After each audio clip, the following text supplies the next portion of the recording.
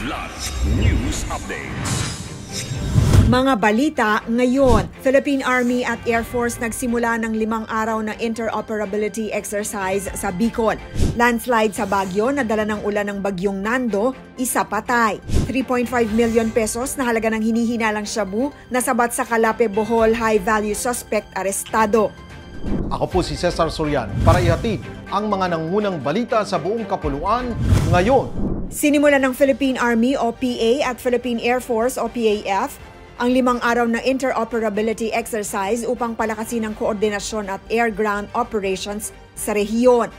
Tampok ang opening ceremony sa Tactical Operations Group 5 sa Legazpi City na dinaluhan ni Mayor Hisham Ismail kasama ang mga kanatawan ng iba't ibang ahensya.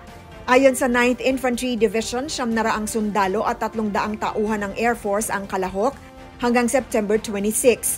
Kabilang sa mga aktibidad ang field training, communication drills, humanitarian assistance, disaster response, at pagpapalakas ng warfighting skills. Gagamit ang Army ng armor at field artillery habang magpapakita ang Air Force ng kanilang air assets upang matiyak ang kahandaan ng militar sa pagtugon sa banta at pagpapanatili ng kaligtasan ng publiko.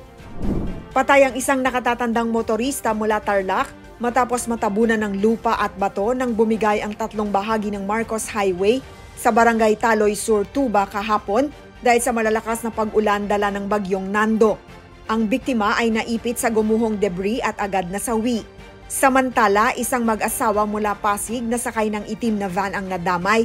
Ligtas ang lalaki ngunit ang 36 anyos na asawa ay dinala sa St. Louis University Hospital para obserbahan. Isang 40 anyos na truck driver ang nagtamo rin ng dislocated shoulder at iba pang pinsala at isinugod sa Baguio General Hospital. Pansamantalang isinara ang kalsada bandang alas 12:40 ng tanghali, ngunit nabuksan muli makalipas ang clearing operations ng DPWH at lokal na otoridad.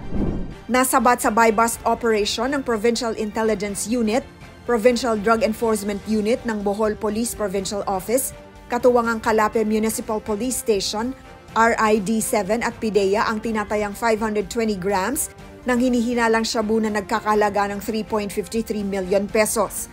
Huli ang high-value suspect na si alias Borgie, 40, residente ng Sitio Masang, Barangay Santa Cruz, alas 5:46 ng umaga sa Purok 6, Barangay San Isidro.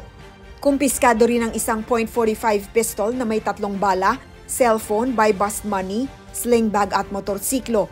Pinuri ni na BPPO Provincial Director Police Colonel Patricio Degay Jr. at spokesperson Police Lieutenant Colonel Norman Lobrigas Nuez ang matagumpay na operasyon bilang patunay sa patuloy na kampanya laban sa iligal na droga at kriminalidad sa Bohol. Para sa Kidlat News Channel, ako si Rosalyn Sinchonco, nag-uulat. Ako po si Cesar Sorian, kasama nyo sa bawat pagputo ng balita.